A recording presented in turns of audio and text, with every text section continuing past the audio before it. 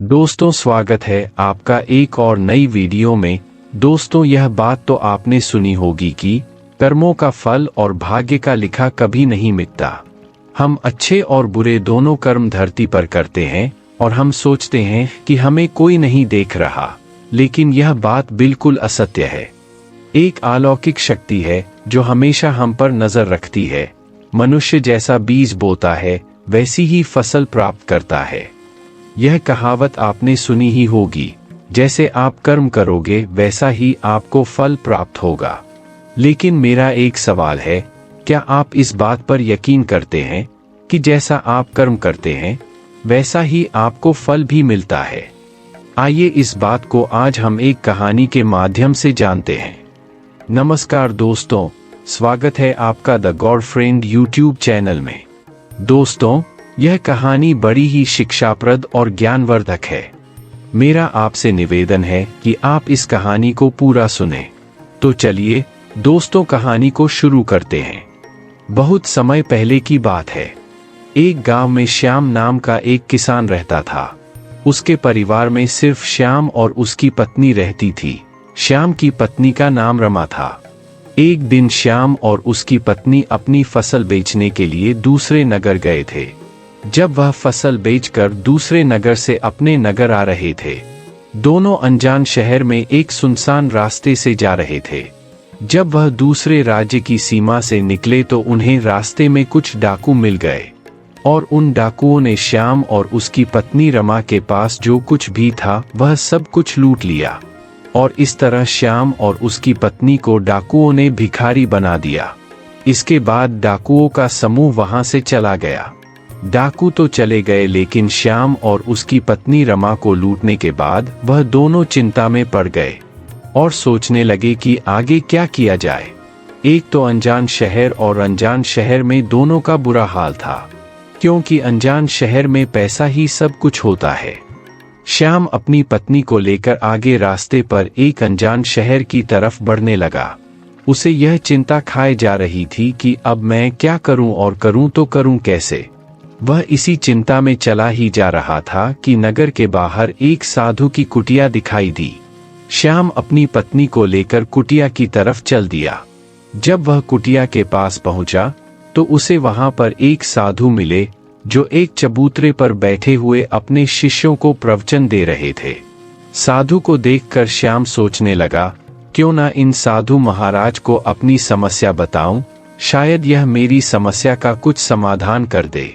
ऐसा विचार करके श्याम और रमा उन साधु के पास पहुंच गए और उन्हें प्रणाम किया। फिर बहुत ही विनम्र स्वर में श्याम ने अपनी समस्या उन साधु को बताई और कहने लगा, महाराज, यदि किसी तरह आप मेरी पत्नी को किसी सेठ के पास गिरवी रखवा कर मुझे कुछ पैसे दिलवा दें तो आपकी बड़ी कृपा होगी। जब साधु ने श्याम की बात सुनी तो उस साधु को श्याम पर दया आ गई। साधु ने अपने परिचित सेठ के बारे में बताया और श्याम को उसके पास भेज दिया। श्याम अपनी पत्नी को लेकर उस सेठ के पास पहुंच गया और उस सेठ से हाथ जोड़कर कहने लगा, सेठ जी, मुझे कुछ पैसों की आवश्यकता है। मेरे पास गिरवी रखने के लिए और तो कुछ नहीं है, बस मेरी पत्नी है। आप मेरी पत्नी रमा को गिरवी रखकर मुझे कुछ पैसे दे दीजिए। मैं उन पैसों से कोई व्यापार करके जल्दी ही आपकी रकम ब्याज सहित वापस कर दूंगा और अपनी पत्नी को आपसे छुड़ा लूंगा। तब तक मेरी पत्नी रमा आपके दिए हुए पैसों में आपके पास गिरवी रहेगी और मेरी पत्नी रमा आपके घर का सारा कार्य कर देगी। सेठ ने जब श्याम की बात सुनी तो वह पैसे देने के लिए तैयार हो गया और पैसों के बदले में श्याम की पत्नी को अपने पास गिरवी रख लिया। श्याम सेठ के पास अपनी पत्नी को गिरवी रखकर और उस सेठ से कर्ज लेकर व्यापार करने के लिए आगे बढ़ गया। श्याम ने उन पैसों से अनाज का व्यापार शुरू कर दिया। वह किसान अब श्याम से व्यापारी बन गया। अब श्याम सस्ते दामों में किसानों से अनाज को खरीदता और दूसरे जरूरतमंद किसानों को महंगे दामों में बेच देता था।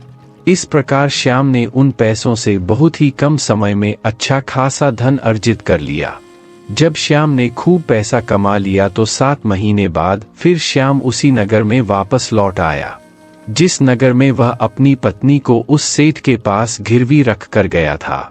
श्याम नगर में आकर सीधा उस सेठ के पास पहुंच गया और सेठ के पास पहुंचकर कहने लगा, सेठ जी, मैं 7 महीने पहले आपके पास अपनी पत्नी रमा को गिरवी रख कर गया था।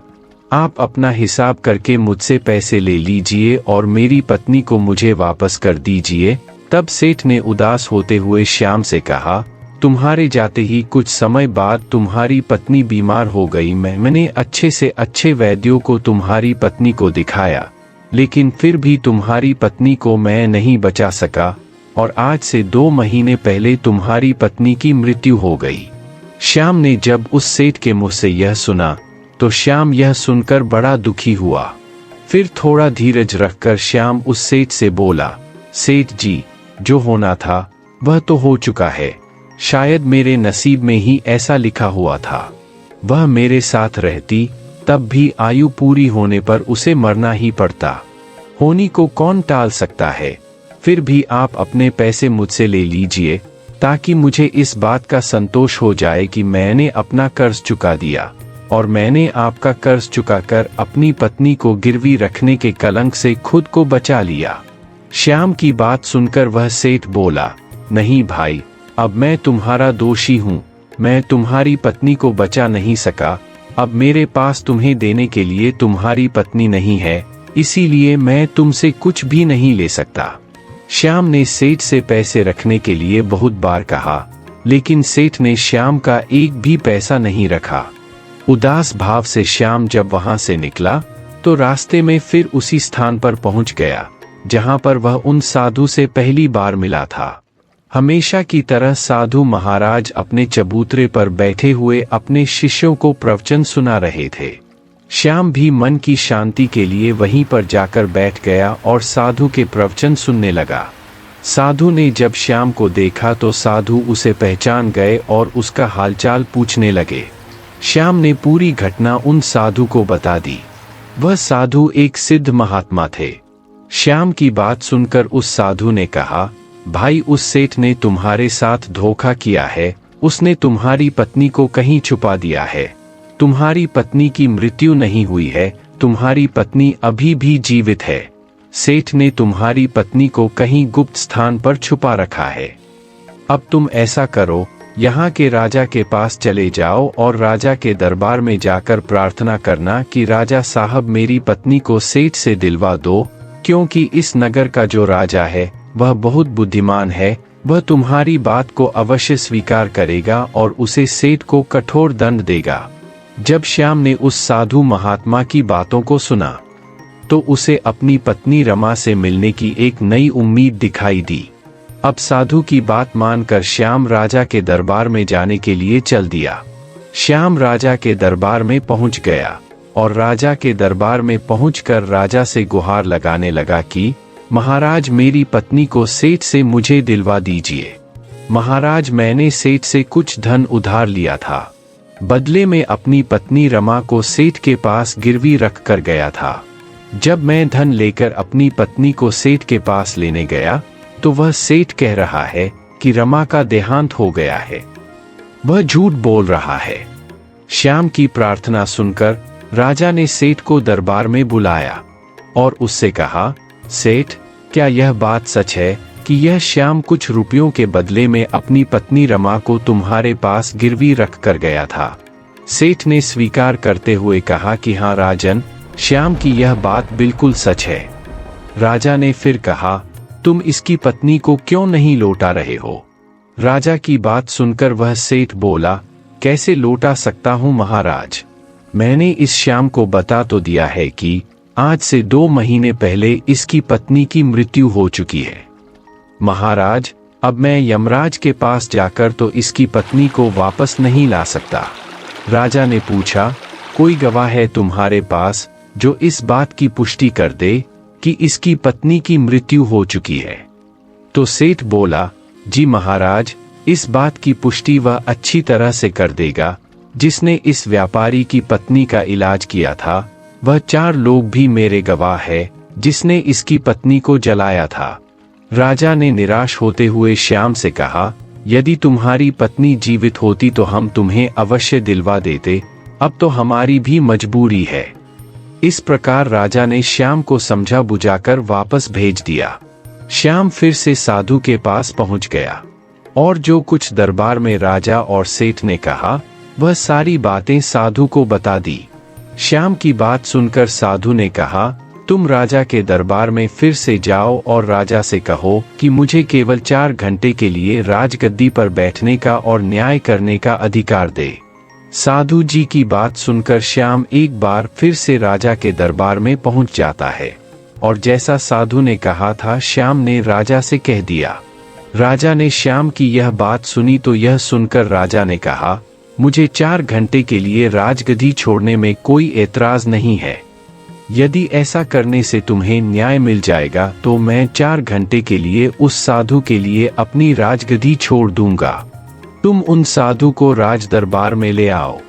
श्याम ने जब राजा के यह वचन सुने तो श्याम साधु के पास गया और उन साधु महाराज को राज दरबार में ले आया। जब साधु महाराज राज दरबार में पहुंच गए तो राजा ने अपनी राजगद्दी उन साधु को सौंप दी। फिर राजगद्दी पर विराजमान होते ही साधु के सामने उस सेठ को दरबार में प्रस्तुत किया गया और उससे कहा, सेठ जी, आपने कहा कि श्याम की पत्नी रमा आपके पास रहते हुए 2 महीने पहले ही स्वर्ग सिधार गई और आपका कहना है कि आपके पास इस बात के गवाह भी है। सेठ ने कहा, हाँ साधु जी, मेरे पास इस बात के गवाह भी है। एक तो मेरे पास मेरे वैद्य जी हैं जिन्होंने श्याम की पत्नी का इलाज किया था और मेरे पास ऐसे 4 लोग और भी हैं जिन्होंने श्याम की पत्नी का देहांत होने के बाद उसे जलाया था। सबसे पहले साधु ने उस वैद्य को बुलाया जिसने श्याम की पत्नी का इलाज किया था। साधु ने वैद्य से पूछा, क्यों भाई, क्या आपने ही श्याम की पत्नी का इलाज किया था? वैद्य बोला, जी हुजूर, मैंने ही श्याम की पत्नी का इलाज किया था। वैद्य की बात सुनकर वह साधु बोला, अच्छा वैद्य जी, मुझे ये बताओ कि तुम श्याम की पत्नी का इलाज करने के लिए सेठ के घर जाते थे या फिर श्याम की पत्नी इलाज करवाने के लिए तुम्हारे पास आती थी? राजा बने साधु की बात सुनकर वह वैद्य राजा से बोला, महाराज, सेठ जी मेरे घर पर आकर स्वयं दवा ले जाते थे। साधु बोला, यानी तुम विश्वास के साथ यह नहीं कह सकते कि वह दवा सेठ श्याम की पत्नी के लिए ही ले जाता था या फिर किसी और के लिए? साधु की बात सुनकर वह वैद्य बोला, हाँ महाराज, यह बात मैं यकीन के साथ तो नहीं कह सकता कि सेठ किसके लिए दवाई ले जाते थे, लेकिन सेठ जी मुझसे दवाई जरूर ले जाया करते थे। वैद्य की बात सुनकर वह साधु बोला, इसका मतलब तो यही हुआ कि तुम मरीज को बिना देखे ही दवाइयां देते हो। यह तो बहुत ही गंभीर है। तुम दवा के स्थान पर किसी को जहर भी तो दे सकते हो सकता है तुम्हारे द्वारा दिए हुए जहर से ही श्याम की पत्नी की मृत्यु हुई हो। उस साधु की यह बातें सुनकर वैद्य का चेहरा डर के मारे पीला पड़ने लगा और वह भयभीत स्वर में बोला, नहीं हजूर, ऐसा हरगिज नहीं हो सकता। मैं अपने किसी मरीज को दवा के बदले भला जहर क्यों दूंगा, और इस तरह से मेरी सारी मान प्रतिष्ठा भी धूल में मिल जाएगी। वैद्य की बात सुनकर वह साधु बोले, अब तो तुम ऐसा ही कहोगे। मैं तुम्हें अपने कर्तव्य के प्रति लापरवाही करने के और एक मरीज के जीवन से खिलवाड़ करने के अपराध में 20 कोड़े लगाने का आदेश देने जा रहा हूँ। इसके साथ ही तुम्हारा मुंह काला करके सारे नगर में तुम्हें घुमाया भी जाएगा। अब तुम सोच लो, वैद्य सच बोलोगे या फिर मैं सैनिकों को तुम्हें गिरफ्तार करने का आदेश दूं? यह सुनकर वैद्य का शरीर कांपने लगा और वह उस साधु के कदमों में जा गिरा और बोला, हुजूर, मुझे माफ कर दीजिए। मैं स्वीकार करता हूं कि मैंने सेठ के किसी मरीज का कोई भी इलाज नहीं किया। सेठ ने तो मुझे पैसे दिए थे और कहा था कि यदि गवाही की आवश्यकता पड़े तो मैं असत्य कहकर ऐसा कहकर उसके पक्ष में गवाही दे दूं। बस मेरा इतना ही अपराध है कि मैंने लालच में आकर इस सेठ का प्रस्ताव स्वीकार कर लिया। राजा बने साधु ने कहा, वैद्य जी, कुछ भी हो, आपने अपराध तो किया है, इसलिए मैं तुम्हें झूठी गवाही के इल्जाम में 10 कोड़े लगाने का आदेश देता हूँ। साधु के आदेश का राजा के सैनिकों ने तुरंत ही पालन किया। सैनिकों ने तत्काल ही उस वैद्य को पकड़ लिया और भरे दरबार में उसे कोड़े लगाने लगे। पहला कोड़ा लगते ही वह जोर से चीख पड़ा और कहने लगा, महाराज मुझ पर रहम कीजिए, महाराज मुझ पर दया कीजिए, मैं मर जाऊंगा। हर कोड़े के साथ उसके गले से चीख में आवाजें निकलने लगी। उसकी चीखें राज दरबार में गूंज उठीं। वैद्य के साथ ऐसा होते हुए देखकर सेठ के गवाह के तौर पर बुलाए गए उन चारों व्यक्तियों के कलेजे दहल गए, जिन्होंने श्याम की पत्नी को शमशान में ले जाकर जलाने की बात कही थी। अब बारी उन चारों गवाहों की आई। साधु ने उनसे पूछा, तुम लोगों का कहना है कि तुम चारों ने श्याम की मृत पत्नी का शव ले जाकर शमशान में उसे जला कर आए थे। मुझे यह बताओ कि अंतिम संस्कार से पहले जब मृत शरीर को स्नान कराया जाता है, फिर उसे कफन में लपेटकर धरती पर रखा जाता है। स्नान के दौरान क्या तुमने उस महिला का मृत शरीर देखा था? यह सुनकर उस सेठ के चारों गवाह कहने लगे, नहीं हुजूर, उसका मृत शरीर तो हमने देखा ही नहीं था।